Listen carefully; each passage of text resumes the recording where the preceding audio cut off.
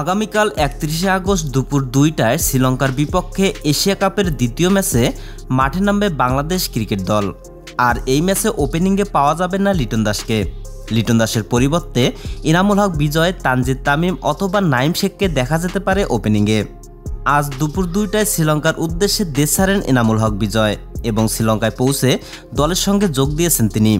তবে এখন প্রশ্ন জাগতে পারে, তাহলে ওপেনিং করবে কে? ওপেনিংয়ে ইনামুল হক বিজয়ের সঙ্গে দেখা যেতে পারে তানজিদ তামিমকে। তবে চলুন এক নজরে দেখে না যাক শ্রীলঙ্কার বিপক্ষে টাইগারদের সম্ভাব্য একাদশ।